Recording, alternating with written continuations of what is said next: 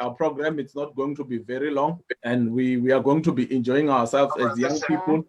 As young people through this program. This is not the first meeting we're going to have. We're going to have even more meetings to come, talking about this title before marriage, because it is a very important thing for us as young people to understand and know what it means to as a young person. Before you can jump into a point of saying I'm getting married, there are some few things that we need to do as young people. So I just want to try to give a little bit of a vision about this and how it started, so that after that I'll be introducing our speaker, who is also a co-founder of this program, as we started this as a talk. So this before marriage, it's a youth-based ministry or an organization. And I want to make it clear with you that being part of this meeting, we are not saying you are joining a particular church or a particular organization of some sort, but we want to be able to assist young people on restoring how to date in a godly manner, restoring the importance of a relationship before you can get into a relationship, and during the relationship, and also when you are married. We are also going to talk about few things about marriage. So it's going to be an empowering time for us as young people. We'll be sometimes having some other guests to come and join us and talk their experiences. And we also want you to know that through this meeting, we are not really saying that what we are doing is going to work for you, but what we are doing, we are trying to help you, to try to give you a manual that on how you can be able to do relationship life in a godly way. Because we have realized that so many young people are struggling, and more especially Christian young people, we are struggling when it comes to relationships. We are struggling in doing our relationships in a godly manner.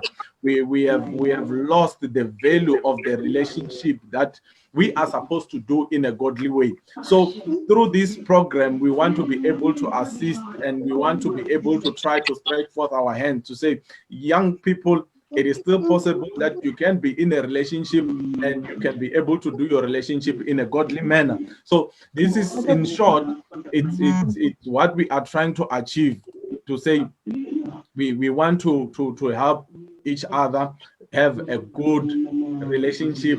Today we are going to tackle two topics, since we have realized that if we can do all topics in a day, we might not manage. But then we plan that today we are going to do two topics, which are the basic topics.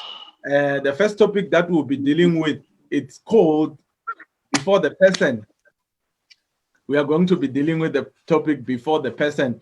And the second topic that we'll be talking about, we are going to be talking about the topic says how to identify the correct partner in your life. So it's some of the first few topics that we are going to be talking about. Most of the things Pastor Br will be talking to us, and we'll be giving him enough time to talk to us, to share with us how can we be able to deal with this. How can I be able to choose the right partner in my life? And also, before I can have that partner, what is it that I need to do? What is it that I have to consider first? So it's going to be a powerful session, and we're going to enjoy ourselves. Allow me to take this time without any waste of time to introduce our speaker and our co-host of this event or meeting called Before Marriage. Allow me to welcome Bishop Pastor Br Malomane on the platform, just for him to be talking to us. Bishop. VW. Thanks, Bishop. Are you ready for the talk? Yes, we can begin. This is our time. This is our talk. The platform is yours, Bishop. Thank you so much, man of God, and also all the groups that have actually joined us today in our breaking ground session before marriage. And I'm happy that our meeting is a success because what we wanted to share to our people, because of COVID-19, it was not possible for us to have a good platform to address them, like young people who are asking us questions every day. But let me start by saying I'm honored to have a team of young people, and I will request that we don't have any disturbance as people are listening, because it will affect others and we all want to benefit and gain.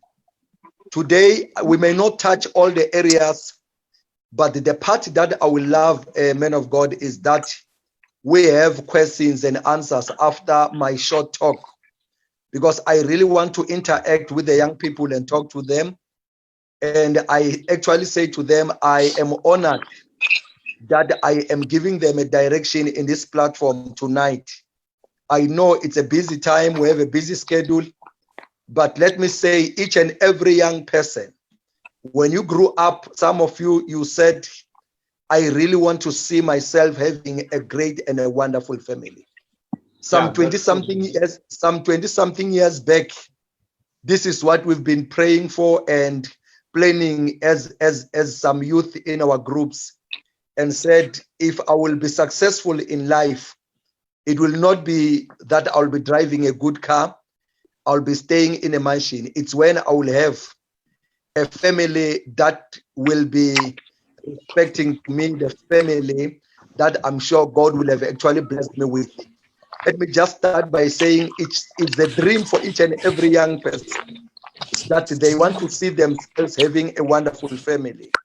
They want to have a wonderful life with a husband of your dreams and the wife of your dreams, somebody who will not actually cause you troubles, somebody who will not abuse you, somebody who will listen to you, somebody who will support your visions. And in the book of Genesis 2, verse number 18, we all know it. This is what I want people to listen to. Then the Lord God said, it is not good that the man should be alone. I will make him a helper suitable for him. I will not be quoting a lot of scriptures, because some of the points that we want to talk about here, they are not there in the Bible. The Bible is just giving us guidelines. But some of these things, there are servants of God who wrote some books that you are reading as young people that will give you a direction about what to do before marriage. And in our local churches, and your pastors will always tell you one bulletin. They will always say to you, pray, brother, pray, sister. You must pray hard and pray hard. And all these people are praying, young people are praying, and they are seeking the face of the Lord. They are living for God in our churches. But there are points that I want to give you as young people, that before you engage yourself, and I always say to young people, I assist a lot of young people who are in relationships that are not working well.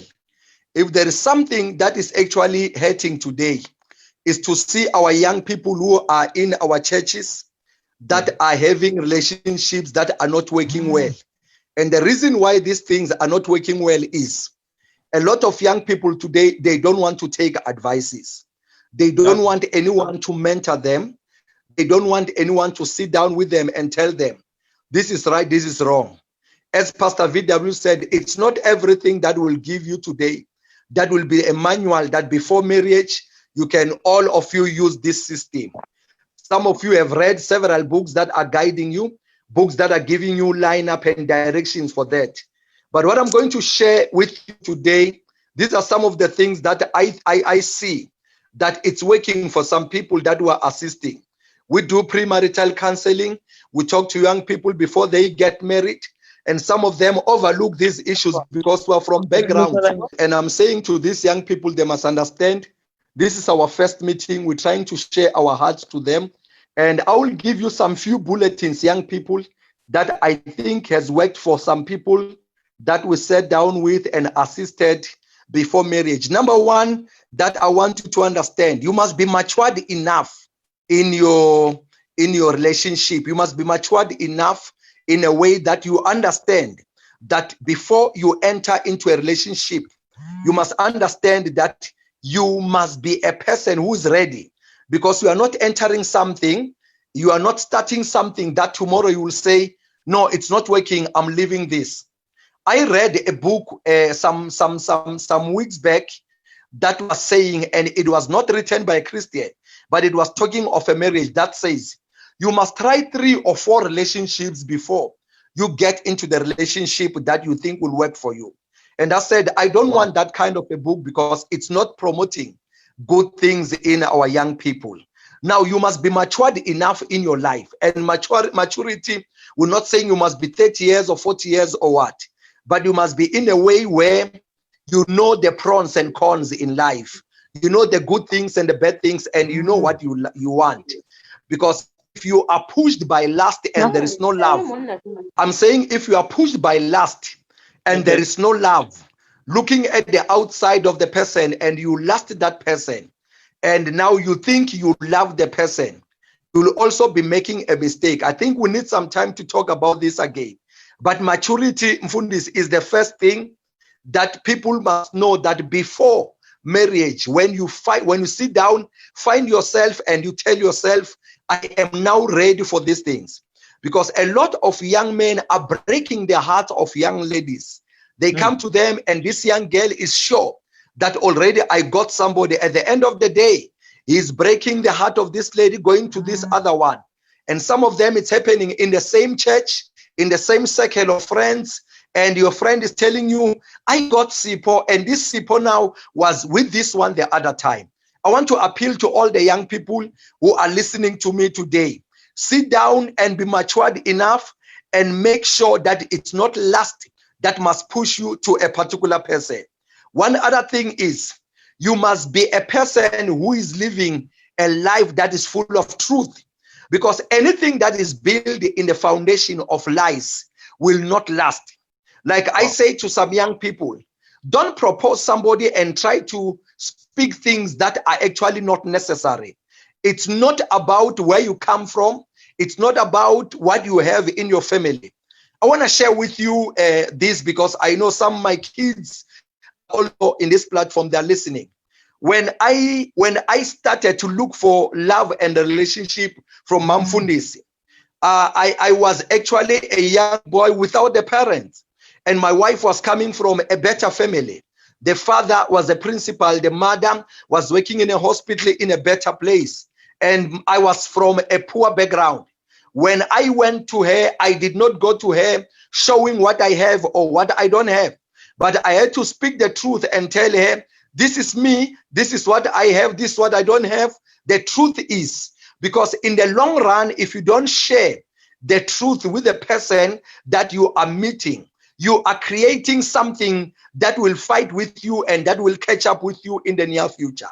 The truth must be the foundation, young people, when you want to have something that will be strong, that will be lasting. It's painful today that people are in relationships and they say they are getting married. After a year or two, there is no relationship, and they are insulting one another on Facebook, on Instagram, on what, and you discover these people, both of them are children of God. They grew up in our churches, but the relationships are not lasting. It's because there are things that must be done privately before you come out in public. And one of those things that will be a building block, it's when you live the life that is full of truth. If there are mistakes that we have done in the past, you must actually be transparent and speak to this person that, no, before I come to you, I made a mistake because I did not start from the church.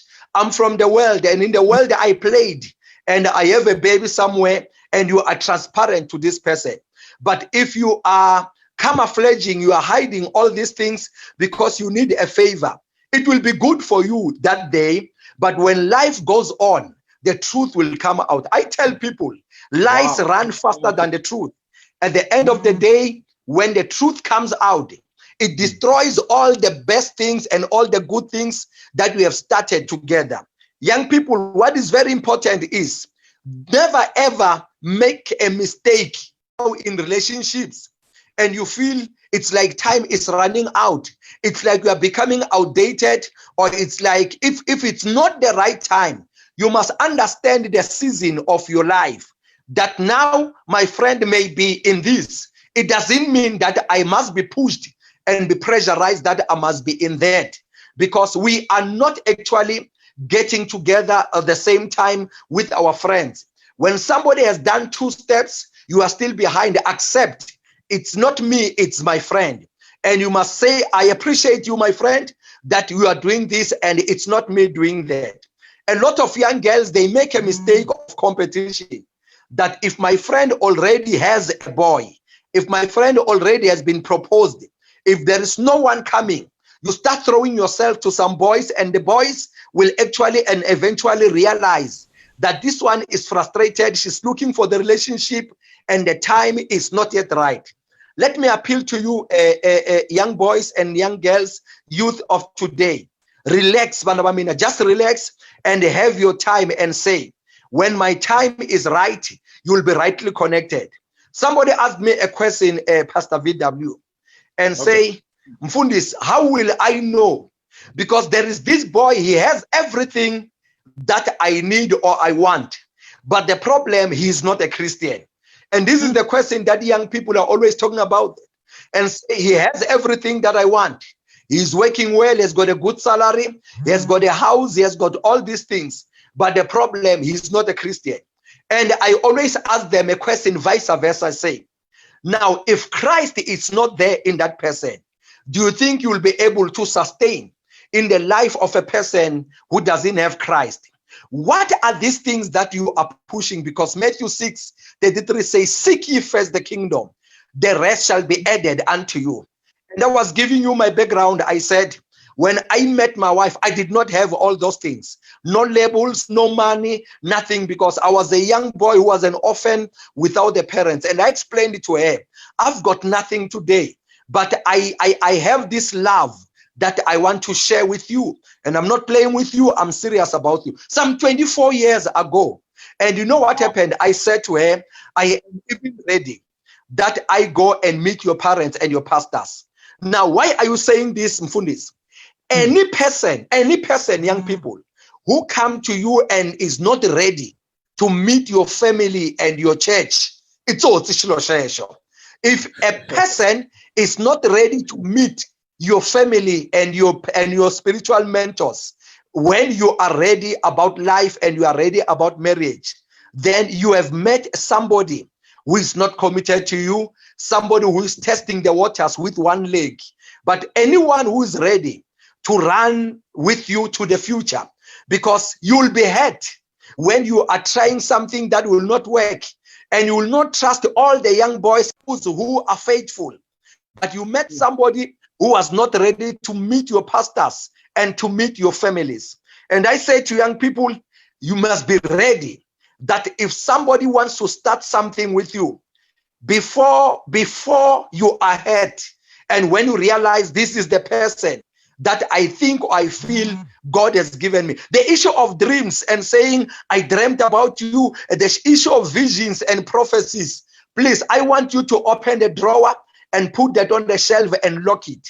Never ever lie to a person and say, I had a dream, I had a vision. There is a prophecy that came that my wife will come from the north. My wife will come from the south. My wife, no. It doesn't do like that. It doesn't work like that. And this is the advantage that young boys are taking from ladies in our churches. And because they know, they fear visions, they fear dreams, they manipulate, they lie to them in the name of the Lord and think, when I tell you, I heard from the Lord, because you fear God, you will believe that. You must not do that. Proposing a lady, when you meet him or meet her and you feel you love that person, it must not actually be doing with God. I know we pray, we fast about that and seeking God's direction. This is the right thing to do. But when you meet somebody that you love and you go to that person, never ever lie about the name of the Lord and said, God spoke to me. Another man of God said, I will find my wife on row number 3, row number 4, seated 1, 2, 3, 4, dressed in blue and red and all that. You must not create that impression. If that person does not accept your proposal, that person does not love you, accept it and wait until God has given you. It is possible, Pastor VW, that one can... Bishop, Yes, Bob. Bishop, let me intervene. Let me intervene. I hear you are saying a very powerful point there. About the people who are being deceived, to say God said to me, how do we really deal with that? Because I know there are a lot of young girls today that are being deceived, to say I heard the Lord saying to me, you are my wife. How do, as a young person, are you saying that God cannot tell somebody to say that I'm his wife, or I'm the wife, or there is something that we need to try to look at on that case? Because some, they will say, yes, God spoke to me, but there are a lot of people who are using stories today to tell young girls to say, God said you are my wife. How do I deal with that as a young person? Fundis, there is no lecture for proposing a young girl. Wow. And there are no notes that we can give to our young people, like when people are getting married, to give them some short scripts and say, you'll follow me and you'll speak this after me and all that, and they go rehearse such things. There are no notes that are given to young boys or young girls. But when you come in front of a young woman and speak your heart and say, this is me, I was in the university, I'm done, I'm working now, I've been looking for love, I need somebody who will share my future with, somebody who will live with me, and you speak the truth to that person. Mfundis, that young girl will understand that this man is speaking the truth. Let us stop the lies of saying God has sent. Mfundis, the people that I know personally that came with those stories that God has shown me and all that, today they have divorced. They are no longer staying together. Was it the plan of God that they will live for some few years and leave one another? No, it was not about that. And they are trying to threaten these young ladies that they must say yes because it's God who said it. And again, they will send some people and said, I also had a dream seeing you working with these people. We must stop actually the lies in Fundis. If God is speaking to me, God must again speak reciprocal to the other lady. God is a God of order, not a disorder. If it's God, Mfundis, who is doing this, God will again reveal himself to the lady. And the lady will understand the peace within her that this is coming from God. Anything good, Mfundis, anything truthful, anything transparent is really coming from the Lord. But young boys must stop lying. I must actually deal with this, Mfundis, because after 2-3 years, we are solving a problem that cannot actually be solved because it started on the wrong foundation and the wrong footing of deception, the lies, and also the wrong spirit. Even when we are children of God, at times we propose like people from outside. You speak to her, you tell her, you laugh with her, and you ask some numbers, and you call her and say, I'm ready, I will marry you. This is the logic that young boys know even when they are in church. But we don't want that deception in Fundis. If we still have people in this era who are using this strategy that was used in both 80s and both 70s when brothers were proposing sisters and ladies saying that God has spoken to me. I did not sleep yesterday. I saw this angel. When I came close, it was you. People must actually speak the truth, Mfundis. And we are not building the young people correctly so if we allow them to continue in the wrong spirit. But let me continue and take these 2-3 points so that I can give them the time just to ask some questions. Mfundis, I want them to understand that before they rush to marriage, Mfundis, they need to study their books and be educated. You see why I say this, Mfundis? If we have got a young girl who does not go to school and say, I'll be married to this man and every month this man will give me money, you will become a slave of your own family and your own marriage. And you are delaying your family to meet some things quicker to have a house, to have your children going to better schools. And if both of you are working, both of you are educated, you are able to reach things quicker and faster, and your family is on the same footing of understanding.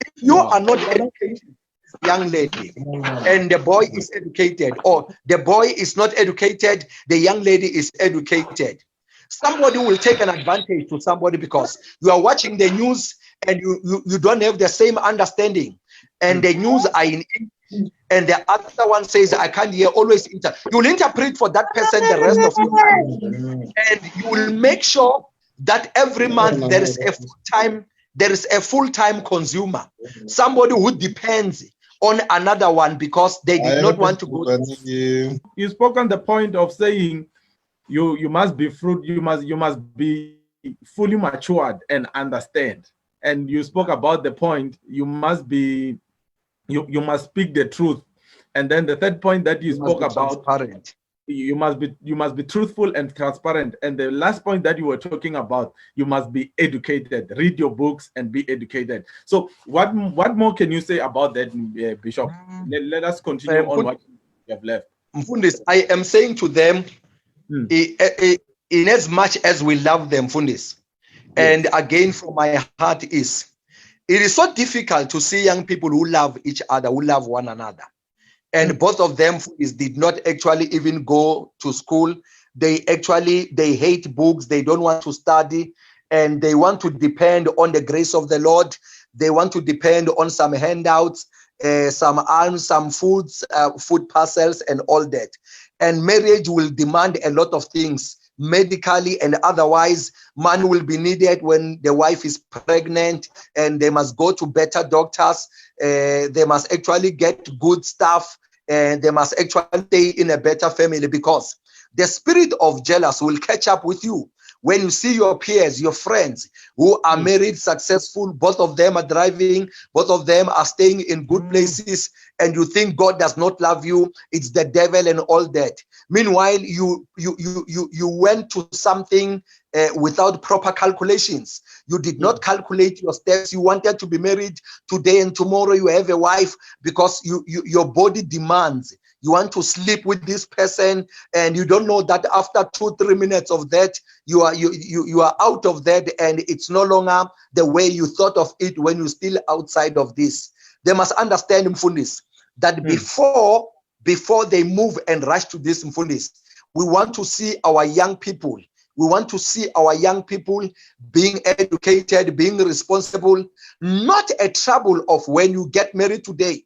Tomorrow you're still staying with your family, with your siblings. You are sharing the bathroom with them. You don't have your privacy. You are sharing everything. You are cooking for more than 20 people or 15 people in the family, which you are not actually ready for.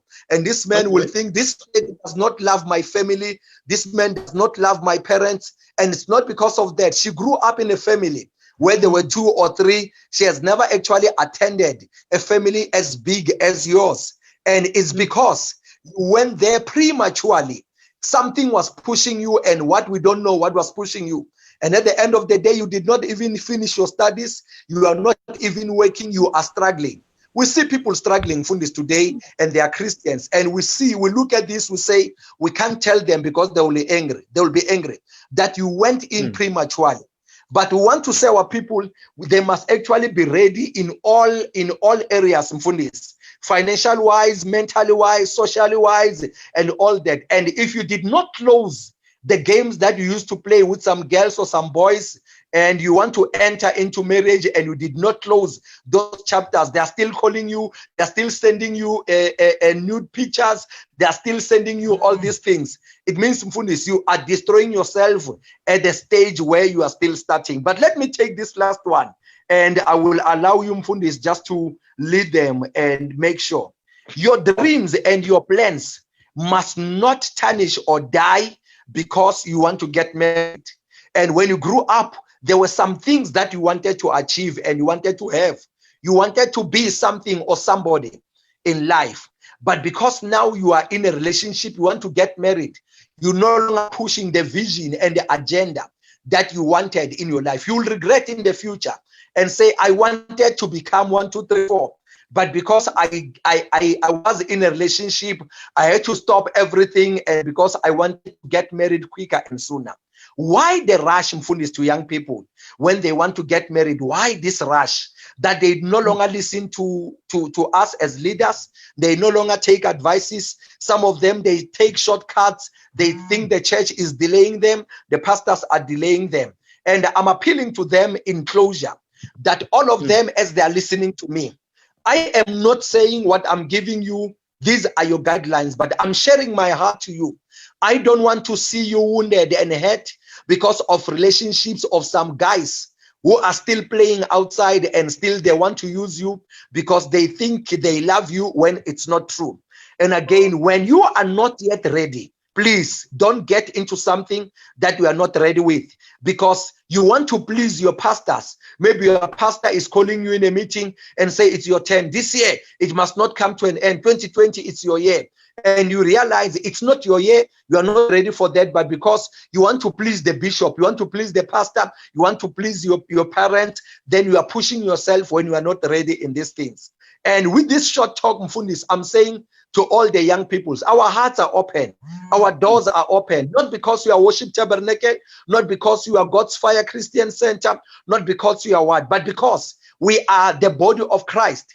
The things that caused pain in that marriage or that relationship that you know, it must never repeat itself in you, because we are here and there are people that will refer you to, that will sit down and assist you.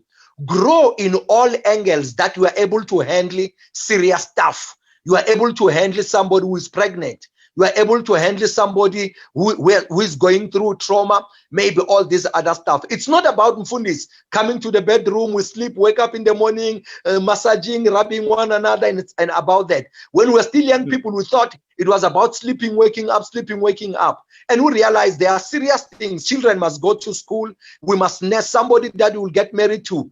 You realize that he has got some chronics, has got some sicknesses. You must play a role of assisting that person is well, the lifestyle and everything. Fundis, you still want to go to saloon, you still want to go to shops, you still want to drive well. And there are a lot of things that are coming after when now you are entering in that relationship and you are married. But before you go to that young person, please make it a point that you take some few bulletins that we have given you, some few points that we have given you out of love, and understand your background and where you're coming from. And please never ever cause pain and tears in the lives of other young people, because when others are crying because of you, you will not be blessed about that. Thank you, Mfundisi. And we can just take some few questions and we try to answer that, and they must be open. If we did not answer you well, please say, Mfundisi, please answer me, I'm not satisfied with this answer, and we'll be able to assist you. And if we fail today to assist you, take our numbers, we're open, that will talk to you, we'll relate with you, come close to us. Even when there is COVID, we'll keep a social distance, we'll put some mask, we'll sanitize, we'll make sure that we help you. If you are wounded and hurt because you entered in something that was not working and you were not sure, you thought it was true when it was a camouflage, please come out and we'll also talk to you. Mfundis will create another platform that will deal with these issues. Thank you so much for viewing and listening. We can take questions through the floor of Pastor VW. God bless you. Wow.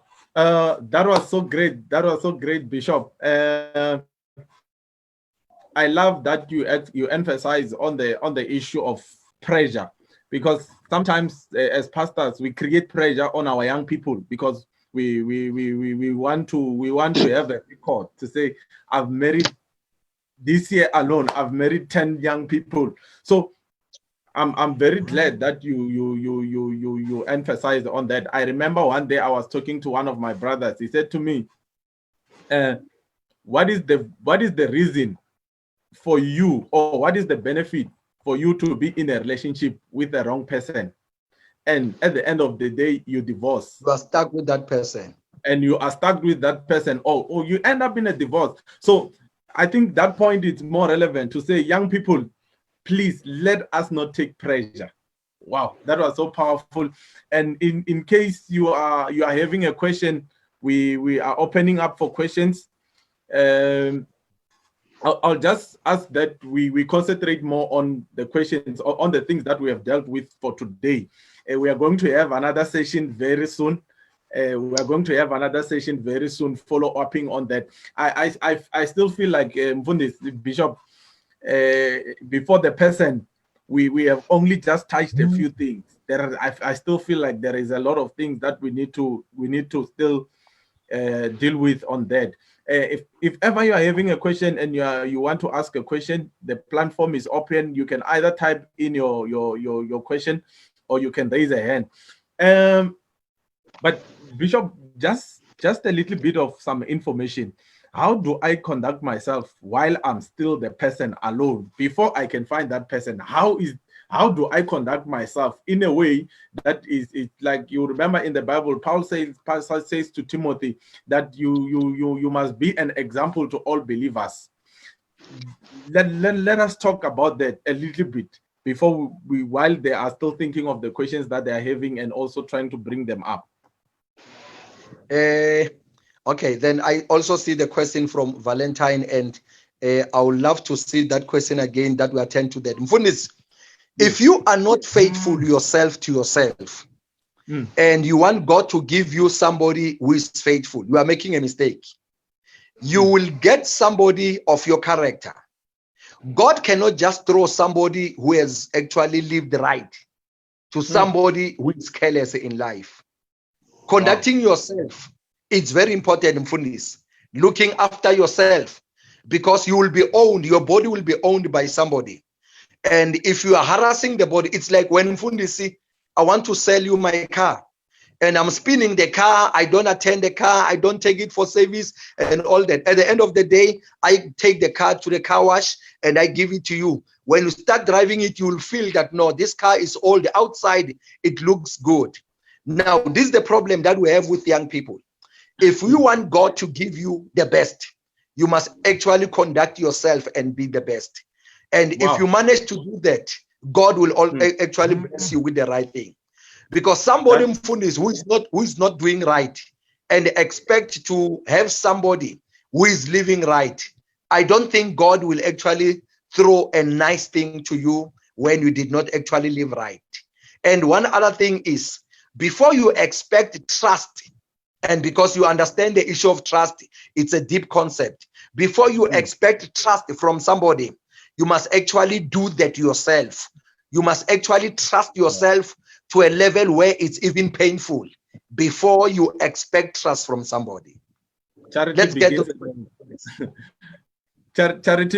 begins at home. You must first trust yourself. I've got that is so beautiful. I love that. We've got two questions. I've got a question from Facebook, and we also have a question. And there's also Bunene Maluleke who also wants to ask a question. But let us deal with this question by Valentine Bilangul. She says, my question with regard to education is, we are in an era where entrepreneurship is not necessarily attached to formal education.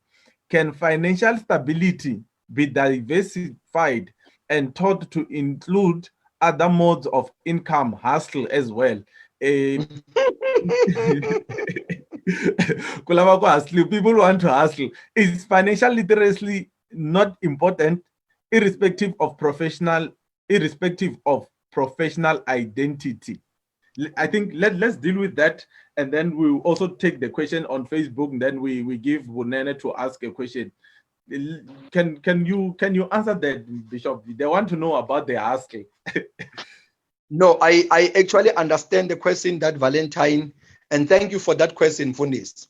Now, I spoke about the education as a foundation. That education actually, Fundis, covers a lot of things in our lives.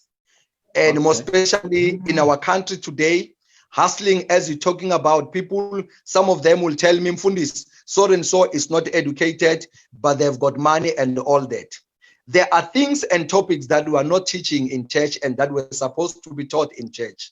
And again, it's not wrong, but what is the problem is, we don't know the future, Mfundis. If let me talk about tenders and on all this other stuff. If these things are not working well in South Africa, in our country, And the only way that people will be able to live with is when you've got papers to produce and say, I've done 1, 2, 3, 4, and I'm able to get employment. I know in our country that even those who are not educated, they can actually hustle and do 1, 2, 3, 4 to get the things that they want, and things are running well. But I can't say it will be good and favorable on your side for also the next 10, 20 years.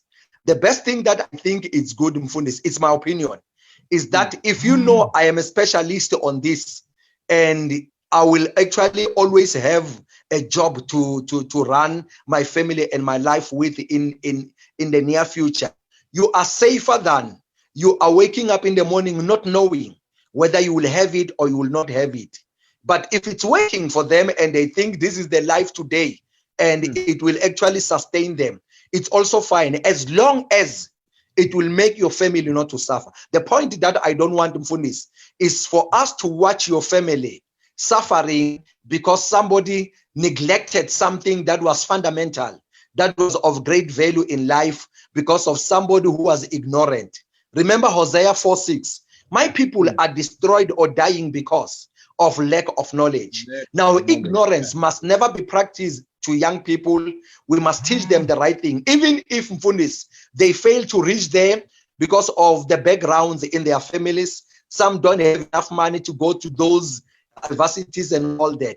But at least it shows that you are trying and you are pushing, that your family must actually have something from the father and the mother. You won't forgive yourself if you are a father and a mother that cannot provide to your own children. I think Valentine will actually show us if she really understands what I'm talking about. And I actually understand the point, Mfunis. Also the Ishiati financial teachings and all these things that we need also to teach them. People, some of them, they will become entrepreneurs. They will not be depending on the department or the government for their life and for sustaining their families. If it's possible that you do that, God has blessed you with that mind, and it's good for you and the family.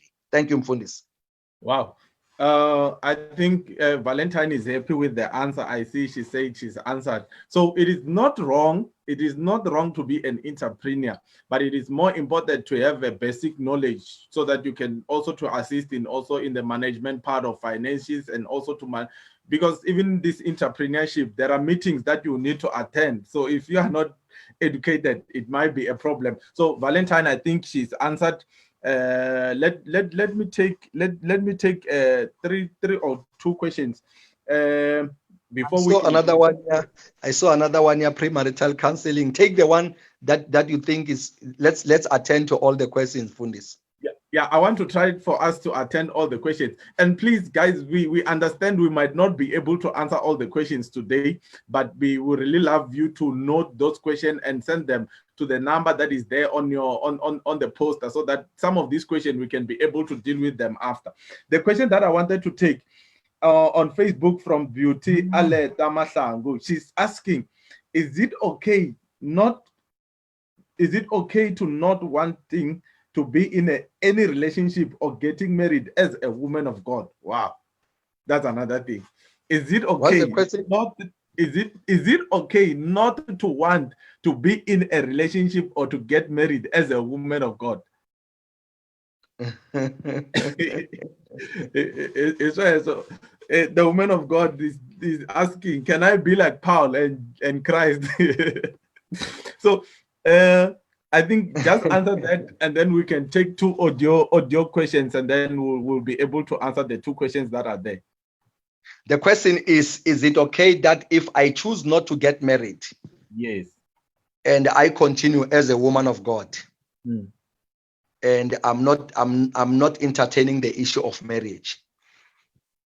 Yes. It's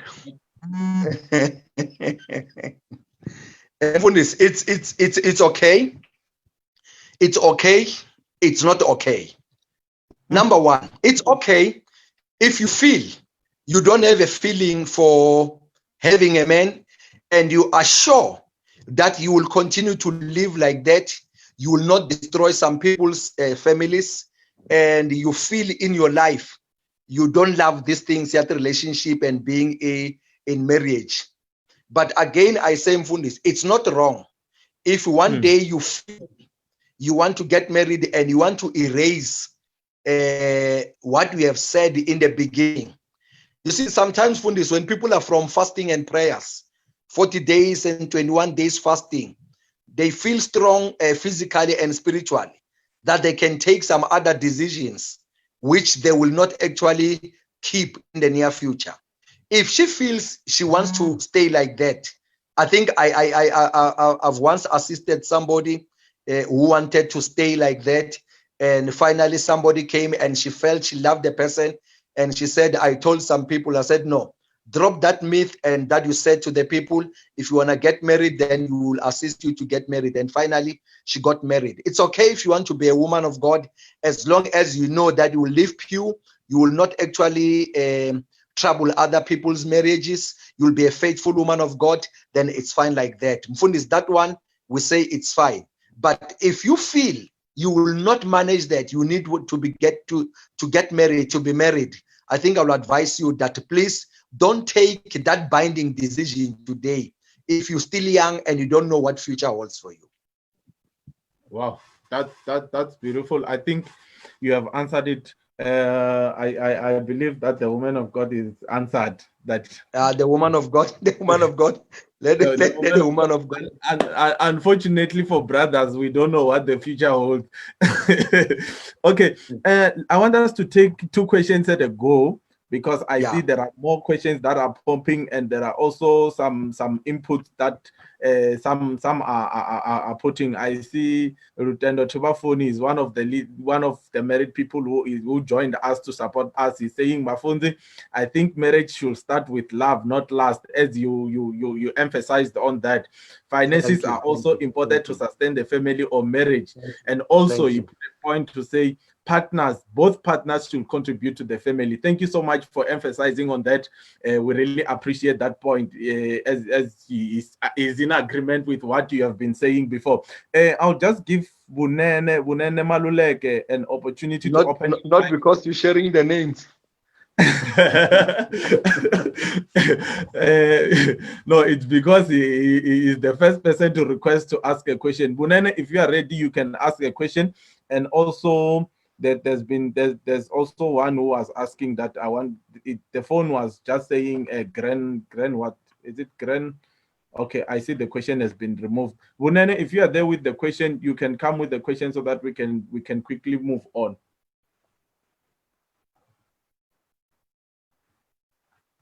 Is Bunene ready, or is he still in? Okay, I think if he's still getting busy, will let us know. Okay, Bishop, there is a question. Let me take these 2 questions. There is a question from Bongan Maringa. He's saying, what is the importance of premarital counseling? And would you advise young people to get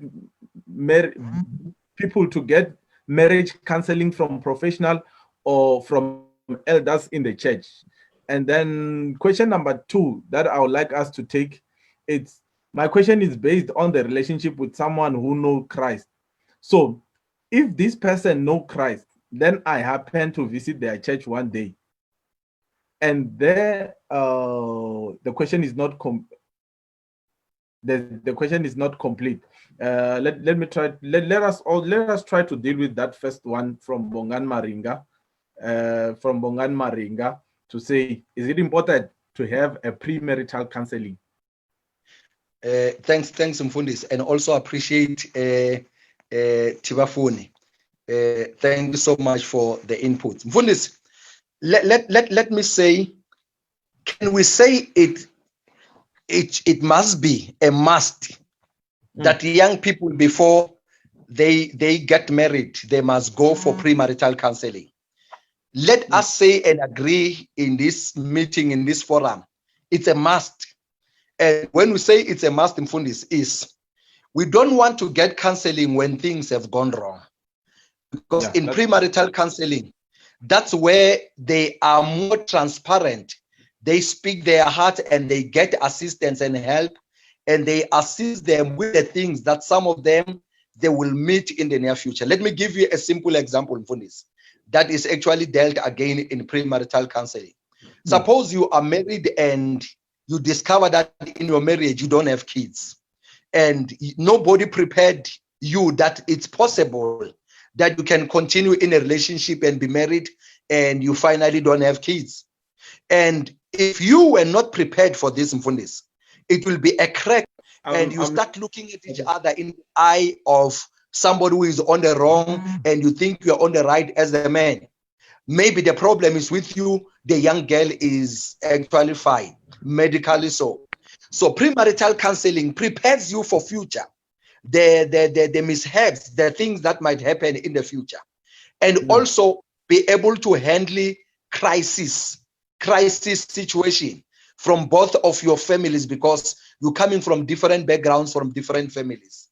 Now, if young people are dodging premarital counseling, it's because we are coming from spiritual or church backgrounds where these things were not emphasized. Let me say, it's good that they must go to people who are specialists on this, people who know how to handle these things, or maybe they go to a pastor or a servant of God who does this counseling. But you must have, sorry to say this, Mfundis, you must have the background of the man of God who is giving you this counseling. You must know him. You must be sure you are actually modeling from this person. You are learning from this person, and not just any person who can't actually control or manage his family very well and wants to give you tips and advices. The pot that we are eating from, it will be the same pot that you will eat from when you are in your family.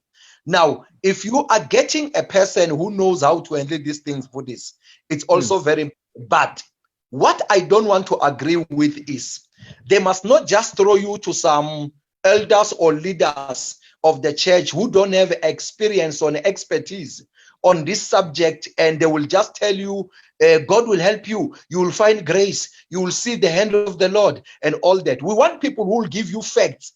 We must not talk stories. We must not beat behind the bush. We need to speak the truth to these people, because after marriage, Mfundis, that's where they face the reality. And if we are not preparing them for reality, when they hit the ceiling, when they hit the rock, that's where they start to blame the church. A lot of young people who got married in the church and they were not told some of the things, today they are drunkards. Today they are no longer back. They are no longer back in church because they feel they hate the church, because the church did not prepare them for all these things. It's one thing, Fundis, to have a ceremony of a wedding. People are hooting, people are clapping hands, are ululating, people are whistling, and people are eating around the table. That is not the real thing. But after the tables and everything, you start to recall, by the way, Pastor Malomane told us, Pastor Malomane gave us this, Pastor Malomane prepared us. These are the things that are provisions for your marriage. And I'm urging all young people, if it's possible, young people, push that we have premarital counseling. You speak before you enter your marriages. At least in a premarital counseling, at least 3 sessions are enough that they will talk with you. Fill in the coupons and make sure that you get good advices and get people who will become your coach, will become your mentor, and somebody will hold you with your hand and say, it is possible, you will make it, and you'll find that strength. You'll feel that inside you are satisfied, than just to say, we are in a hurry, we don't wait for premarital counseling. A lot of people who did not want counseling, Fundis, today, they need that. And we are doing that every day in our offices. And when we ask them, they did not do premarital counseling. We're not even charging them any cent, Fundis. We have their hearts to assist them. Please, premarital counseling. I think, Maringa, it's a good question. Thank you so much, young boy. And I push that we must have that. Wow. I think Bishop will just I want us to try to take a few questions, because I'll just say, let's try to be short a bit with our answering. And thank you for that.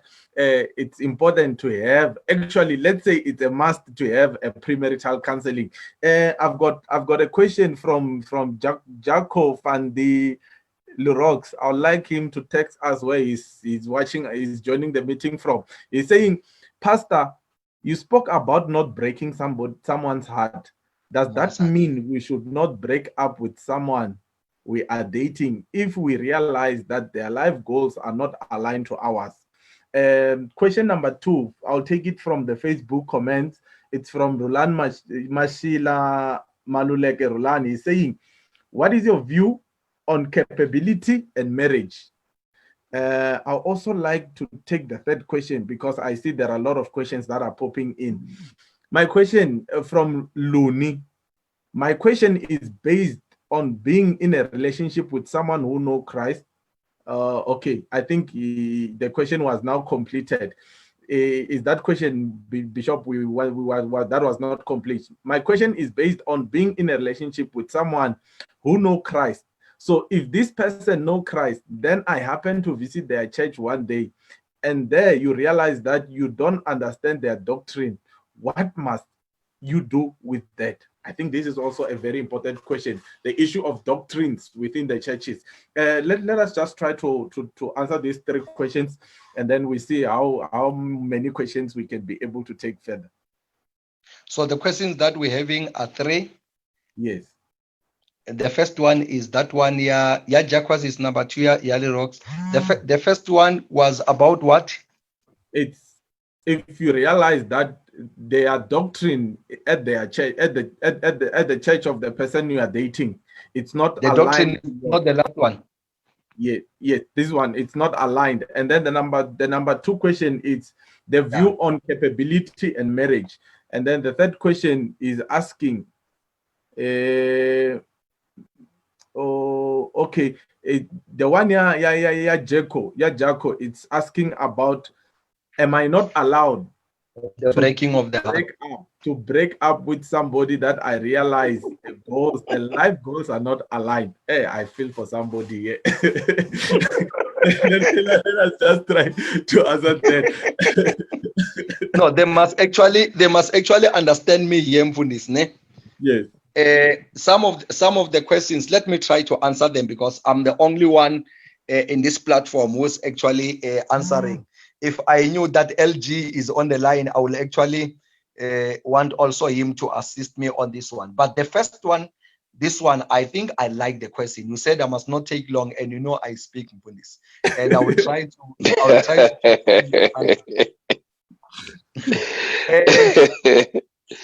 it's not right, Mfundis, to commit yourself to something that will be with you permanently, so, and you discover it's not actually what you wanted from that.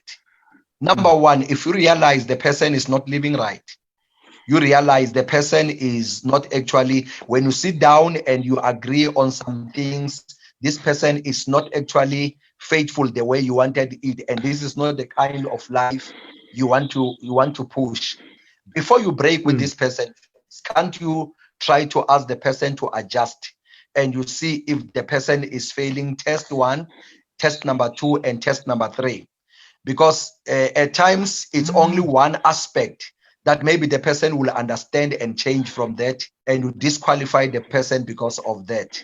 But if you have got 2, 3, or 4 tests that you have actually given to the person, and you realize, I don't want to say this because it's actually on public, but a lot of people who actually disappointed others, it was not because they wanted to, it's because they could not take it anymore, and it was actually understandable.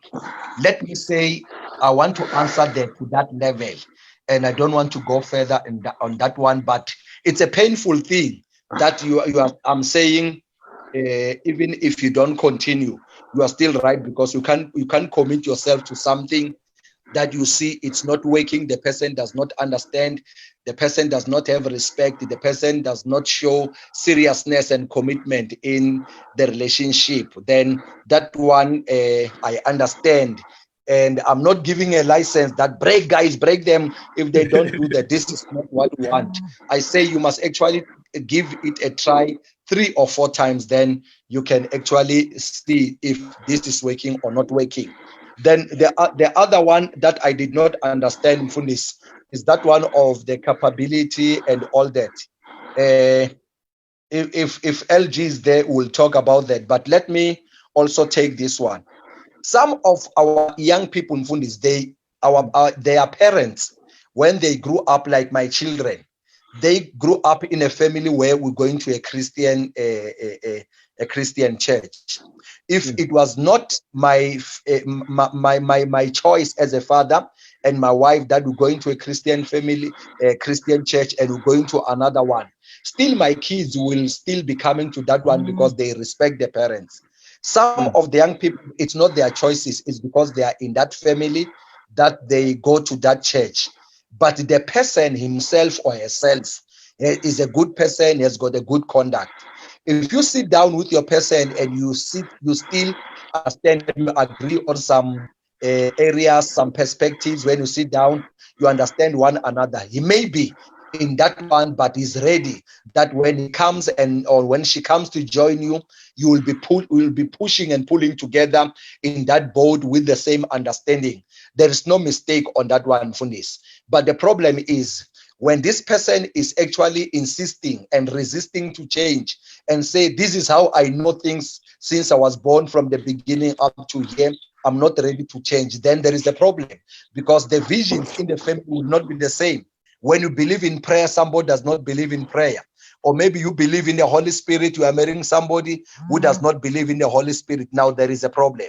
But if this person understands and believes in the Holy Spirit and say, I understand what you are saying, is because I grew up in a family that believes in that. And I could not say, I'm taking a short left when my family is going straight. I wanted to respect my parents. It depends on that one, Fundis. You may miss your right person because you are concentrating on these religious stuffs and you have got a person who's ready.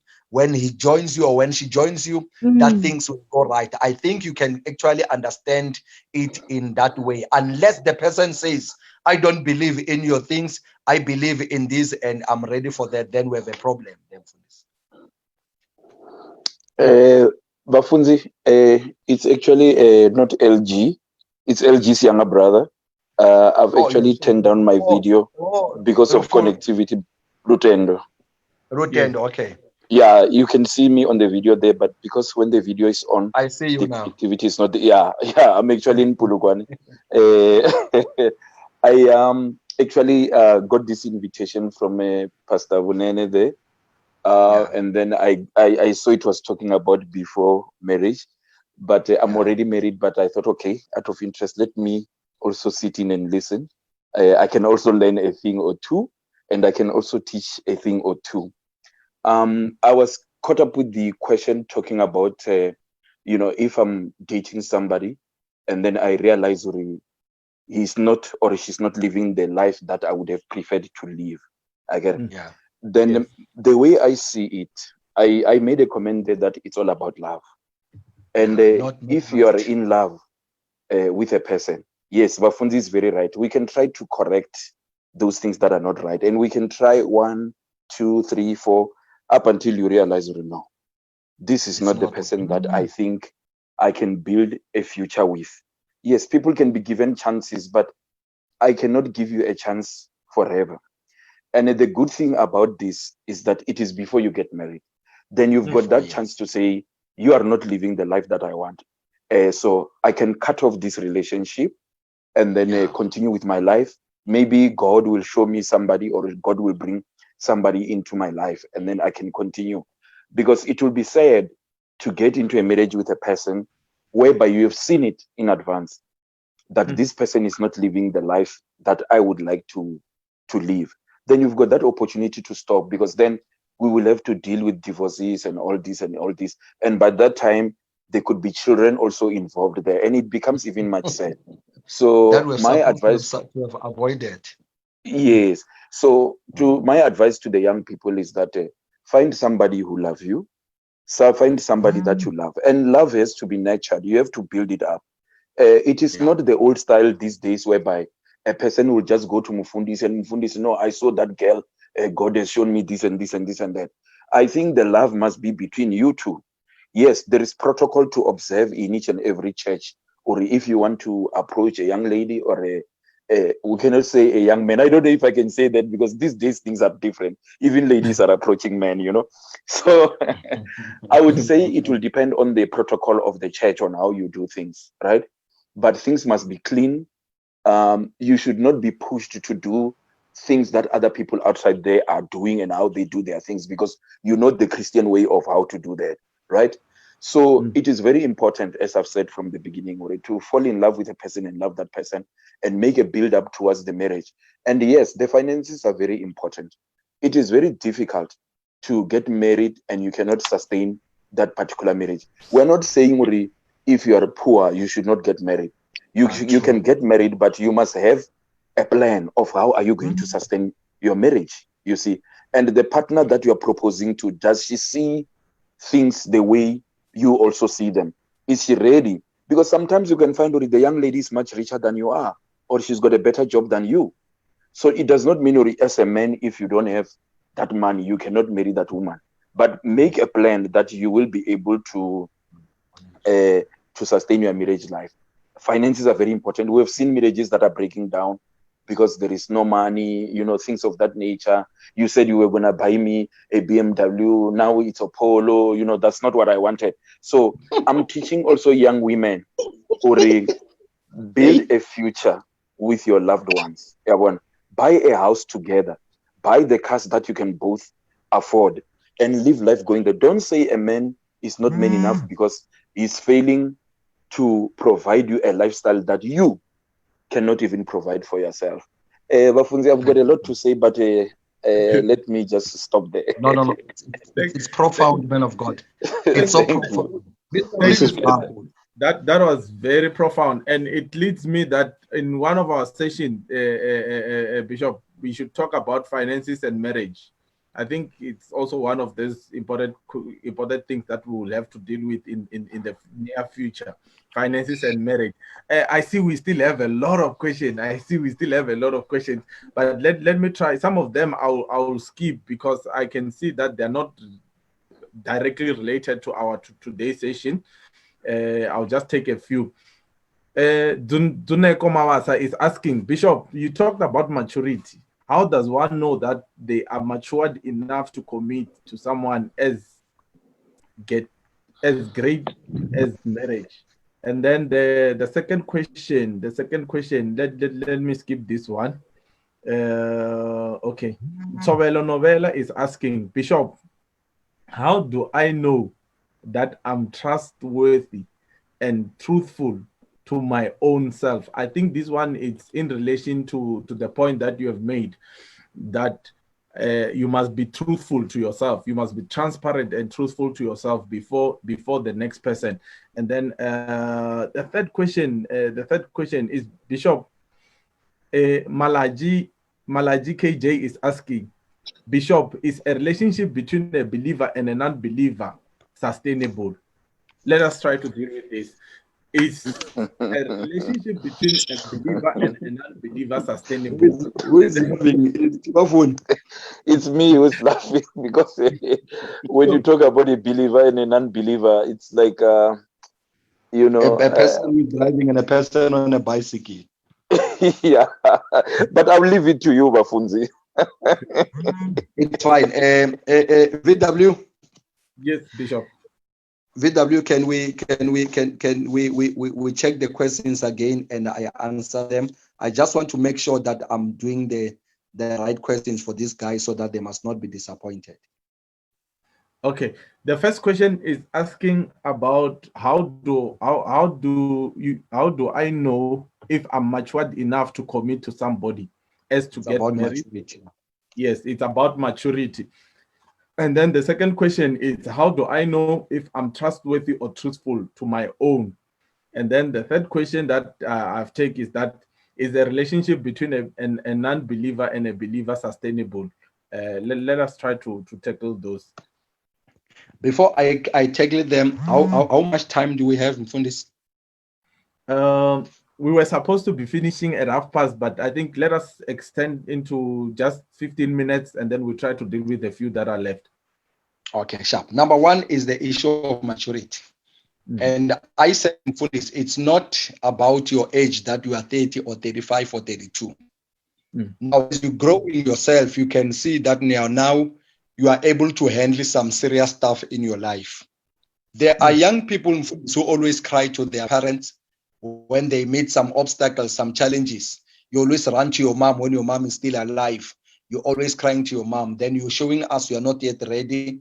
You are not matured enough. Number two, even if when you are, maybe you have started working, now you are able to say, I can put my money aside. I don't just get my salary and finish it the same week. And I'm able to put money aside. I'm able to budget and put my things right. There are levels that will show you that I'm now matured. You are no longer, when the car is full tank, going around not knowing, you come back when it's empty. There are a lot of signs that still shows that this one is actually not matured. We are where we are from this. We are coming from some of these things. There are people, when there is a sale in the shop, even when she did not want to buy, she will get in buy because they say it's 50% off. Now, you're showing yourself that you are not principled. You can't draw a line and say, I was not coming for this, I was coming for that. I wanted to spend 800, I can't spend 1,000. I wanted to do 1, 2, 3, 4. Maturity in utilizing your time, maturity in handling your finances, maturity in handling yourself, maturity in knowing first things first. Then there are a lot of things that will show us. There must be a checklist that you tick and say, here I'm good now. I know how to invest. I know how to answer. I know how to hold my anger. Because if you check Mfundi Skat, Moja Love, and you see Ufelani and all these things, those are people who started very well. But somebody was not taught how to handle your anger. When you are angry, you are just like that man who will break the laws of God. And because you are angry, you are breaking everything. You are taking your wife back home and you're coming the following day to apologize. There are a lot of areas that you need to work on yourself. You need to find yourself. You need to discover yourself. You need to understand that for you to grow, it's when you are able to handle serious stuff in your life. The second one, it was about, I wrote it, but I can't see it even myself now. The maturity. The truthfulness. The trustworthy and the trustworthy and truthfulness. Now, you can lie to all these other people. You can lie to the pastors and the church, but you cannot lie to yourself. It's open for this. It's an open subject. When you are not truthful to yourself, when you are not actually doing things the right way yourself, then immediately when you have got somebody and you are now two in the family, it means it will be worse, because even yourself, you can actually be truthful to yourself. A person who has got a lying background, a person who has got a lying nature, a person who has got a nature of being not trustworthy, that person is not ready for this, because when somebody joins you in life and you have not yet graduated in dealing faithful so with your own life, with your own self, how to address yourself. Now, remember the prodigal son. He did all these things, but one day, the Bible says in Luke 15:17, he came back to his senses and he said, I will go back to my father. Now, this is a good example that the boy messed up, but finally he said, I was not doing right. Let me treat myself with all truth and dignity. And he went back to the father. And from that time, we did not hear any story about him. He connected back to the father because he discovered his own flaws and mistakes, and he went back to the father and was a better person. Then the last one is of the believer and the non-believer. The believer and non-believer, as Christians, I don't want to lie. We're not benefiting anything. If I'm a Christian, I've lived my life right, I'm a believer, and I meet this person who does not believe in God. And I think I would change and turn this person into something else. Fundis, I've got a case that I solved of a woman who was drinking and still she was joining the husband to church. But on weekends and during parties and all that, this lady used to continue and drink. And when you ask them when you sit them down and talk to them, the young lady will confess and say, you found me like this. When you married me, you knew that I was doing this. Why today you don't expect me to do this because I'm married? I asked you before got married, you don't want to change some of my habits. And this man, because he loved the woman is beautiful, the woman is good, just like that. But we're not actually looking at that only, Mfundis. We're also looking at something that will manage to sustain you. Rutendo spoke about these things, that something that will take you to future, that in the future, are you ready? that you will live the life like that the rest of your life, because this connection is not a temporary one, it's a permanent one. If you're not ready for that, Mfundisi, the believer and non-believer who don't entertain that, I need somebody who will not make me scratch my head and think life is bad and horrible because I took somebody from outside. The Philistine and the Israelites, we're not talking of the same people, but we want somebody who will understand how the family is run in a Christian way, and tomorrow it does not cost me some dramas and all these things in marriage. I think I've done justice to the 3 questions, man of God. Yes, thank you so much. I won't add anything. I won't subtract anything. Just allow me to read some few comments. Shiburiso Mgabini saying this conversation helps my pastor. Please let it flow. Let it flow weekly. So here's a proposal that we must have these sessions weekly. Thank you for that comment. We have a question. We have a question. Bishop, how old should the relationship be to qualify to be introduced to parents and pastors? And for how long should that relationship ever upgrade to marriage after those meetings? I think the brother or the sister is asking about the duration. How long should my relationship be for me to introduce to parents? And also from that stage of introducing the relationship from parents, how long should it take for us to get married? That was Alphamatics 2. Okay, there's also another question. Huawei P30 Pro is asking, Pastor, what is the right age gap if it's important in a relationship? If it's important in a relationship, what is the right age gap between the two people who must get married? That will be our second question. And then Bongan Maringa is appreciating for the insight that we have answered the question. Number 3, let me take this one. Why does it seems like church fails to acknowledge the African culture of marriage in terms of only paying lobola? Let's leave this one for the day. We'll be talking about lobola and marriage. Let's take it in this. Okay, we should take it. Oh, okay. What does it seems like? So, an issue of lobola and what? And to face to acknowledge the African culture of marriage in terms of only paying lobola, but have an expectation of white wedding, which is a Western culture. Or our forefathers were No, even if you don't expand, I understand it. Okay, thanks. Let us try to answer this.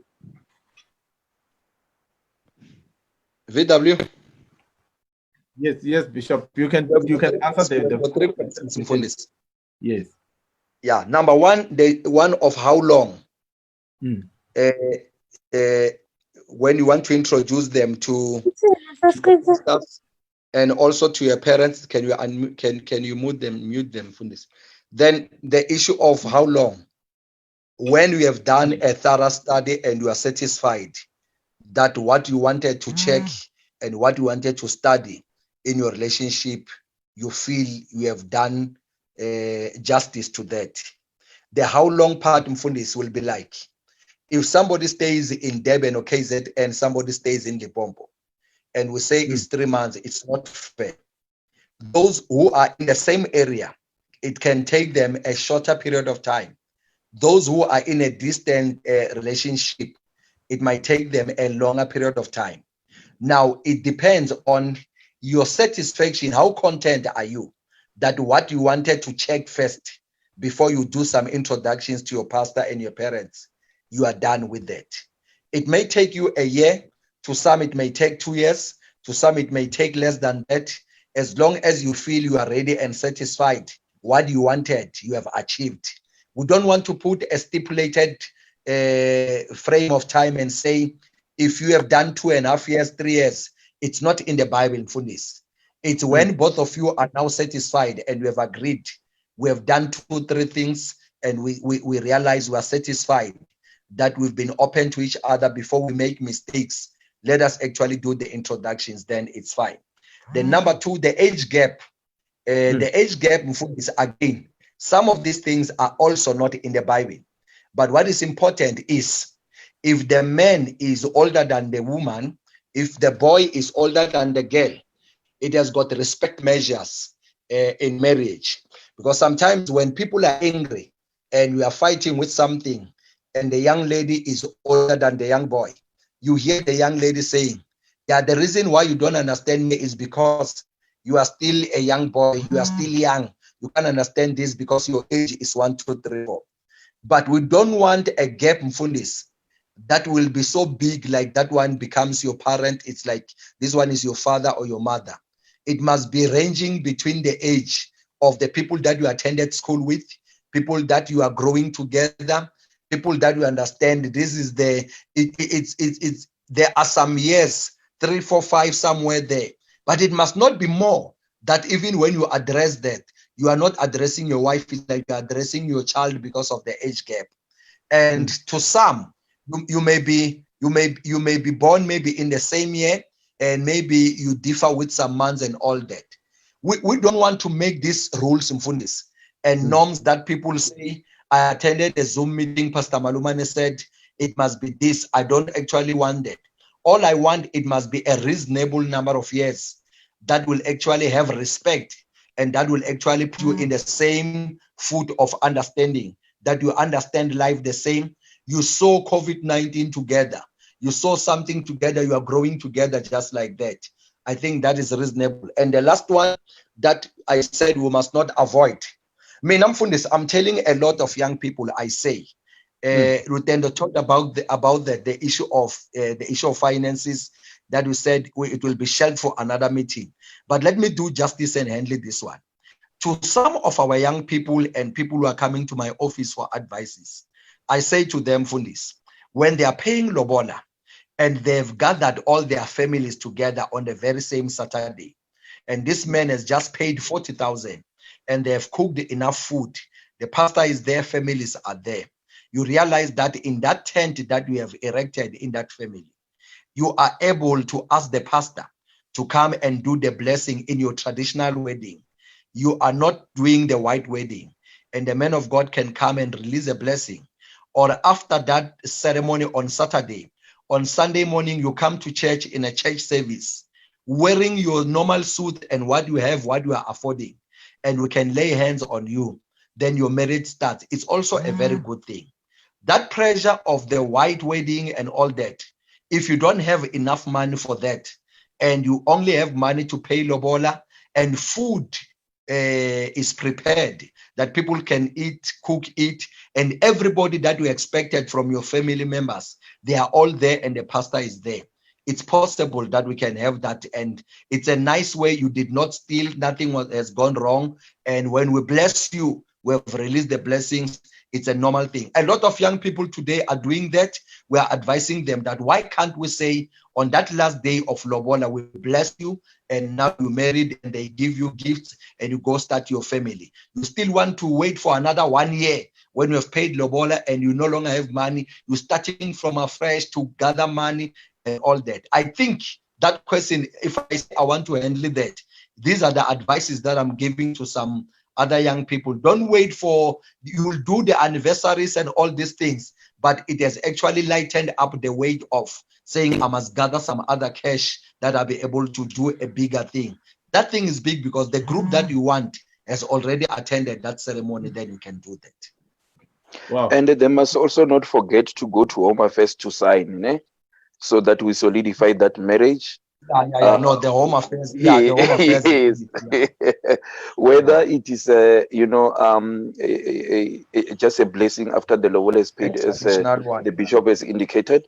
Young people should not be pressured into making white weddings which you cannot even afford, because sometimes you go and borrow a lot of money just to have that white wedding. Even a traditional wedding whereby lobola will be paid, the pastor could be there, or the following day you can go to church, as the bishop has indicated. That's also other avenues, because you wouldn't want to start your marriage with a minus on finance, and because a lot of debts. And a lot of debts. It will actually stress the marriage so bad, because then there will be expectation. We need a nice place to stay. we need to take our children to school, we need to do this and this and that. And you find you spend almost 200, 300, 400,000 on a fancy wedding, hiring helicopters and limousines and all those things just to impress people when you actually don't have money. And as I've said, to build the future life together, even financially, is the best. Like if we decide as a young couple, we want to go and rent a place, we want to buy a house, we do those things together, you see, and we agree. Even if you say it's a 50-50, because there is also this thing from this with young people, the man is the one that will always have to take the heavy side of things. If it's 50-50, it becomes better as well. Or we are doing things together, we are building these things together, and we're not saying 50-50 as a, let me say, in a worldly way. Yes, yeah, not like that. I've put on my 50%, put in your 50%, blah blah blah blah. People just have to plan together into these things, into building a marriage life and going forward. And as I've always said, the love is very important, and it must be nurtured. Buy your wife flowers when you come back, ne? From work. Buy your wife chocolates. Things of that nature, just to show the other person that I love you. Even a woman, you can also do for your husband. That's how things work. When we love each other, things are easy. Thank you, Bafunzi. Thanks. I think Bishop, we are left with 2 questions. I think we have done justice to most of the questions. And before I can take these 2 questions as our conclusion, let me read some few comments that we have received. Fulani say, thank you so much for the insight session. Can we please that on the upcoming session we unpack the financial issues and types of marriages? We are still coming on that. I promise that we will deal with that. Duneko Mawasa is saying thank you, answered much 100%. We thank you for the feedbacks, guys. We really appreciate that you are being answered. Luni is saying I'm answered, thank you. Ntobelo Novella is saying well answered, Bishop, thank you. Wunene Maluleke is saying, oh, this is a question, I'll come back to it. It means we are left with 3 questions. Away P30 Pro Light is also saying, what an eye-opening session. Thank you for this, and looking forward to more sessions like this one. Yes. And then Rodwick Mushwana, it's saying 2 Corinthians chapter 6 verse 14, do not be unequivocally yoked with non-believers. And then somebody Roduneko is also appreciating the respect measures. H Bishop, you are very much correct. Thank you for touching on that. This one is also answering my question. Thank you for looking forward for the next meeting. Thank you so much. Valentine Bilankulu is also saying thank you for the talk. It's insightful and with ideas of following up. Okay. I'll just request that most of the follow-up questions that you are having, just forward them to us, and then we'll be able to communicate them. If we have to record audios, we'll record audios and send answers back to you, so that we make sure that you are well answered. There is a number on our poster that is there. Send your questions, then I'll be able to communicate with Bishop and also some other servants of God who can be able to assist us in answering those questions. The 3 questions that I would like us to take as a conclusion, I see there are still a lot of questions that are coming, but allow me to take these 3 as our conclusion questions. This one is saying, and should I be in a relationship for the wrong reason? How do I get out? Is it not easy? How do we normalize being single until we are ready and matured? And then the second question, how do we know that he or she is the one? The third question is, how do one have a successful and effective courtship as a Christian, shying away from sex, etc.? For example, because the world is fast. Another topic for a day. We also have to deal with the issue of sex. Because that's a touchy one. Yeah, this one I believe the sex part is going to be a session for the day, because the reason it's also we want to reach out also to this question because sex it's also one of the key issues that is affecting a lot of relationship. So let us try to ask these three questions. Before you go into that, I think how do I have yeah, I wanted to say it is a very fair topic. I think we should touch on it. I was thinking about it with maybe in the next session we not actually just talk about the sex part of it, but to say, Uri, when you are in courtship as a Christian, how do you conduct yourself? Avon. Then it will also cover those other, issues that are very touchy. Thank you. Thanks for that. Thanks for the Yeah, comment. go on, man of God. You said the first question was what? The first question is, if I am in a relationship for wrong reason, how do I get out? Is it easy? How do we normalize being single until we are ready and matured? Okay. Now, let me take this one. I'm sorry because I will also interject and ask you the other one. But what I need in phone is if you are in a station, you are going to Joburg, you happen to be in a bus that goes to Toyando, what do you do? Do you go to Toyando and finish the trip and come back, restart, go to Joburg, or what do you do? It's a simple answer. You don't continue. You don't continue in something that is not right. And have a way of sitting down, amicable and sort out and solve the problem and say, I am in a relationship with you, but I think I was here for wrong reasons and I'm not benefiting anything. Instead, I'm actually more destructive than building. Then you must actually restart. Restarting is not a sin, Mfundis. It's a humble way of doing things right. And we must teach young people to restart and say, I've been doing things the wrong way. I want to do them the right way. Then it's correct. One that you're talking about, singleness,